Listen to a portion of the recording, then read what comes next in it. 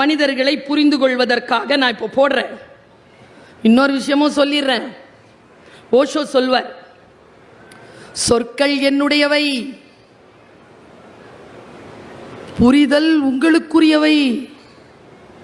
உங்கள் புரிதலுக்கும் என் சொல்லுக்கும் தொடர்பில்லைன்னு சொல்வார். நம்முடைய ப. சிதம்பரம் ஐயா இருக்கார்ல, மேனாள் நிதியமைச்சர், இந்தியாவின் நிதியமைச்சர், அவர் சொல்வார், உலகத்திலேயே இருக்கிற ப்ராப்ளம்லேயே மிக முக்கியமான ப்ராப்ளம் எக்கனாமிக் ப்ராப்ளம் கூட இல்லை, டெஃபினிஷன் ப்ராப்ளம்னு சொல்வார். ஒன்றுக்கு நாம கொடுக்குற விளக்கம் இருக்குல்ல, ஏன் இதை படிக்கணும்னா அப்படின்னு நீ சொல்றல்ல விளக்கம், அதில் தான் நாங்கள் எரிச்சலாகிறோம். விளக்கங்கள் தான் பிரச்சனையே. இங்க படிக்கிறது பிரச்சனை இல்லை, எந்த மொழி வேண்டுமானாலும் படித்துக் கொள்வோம்.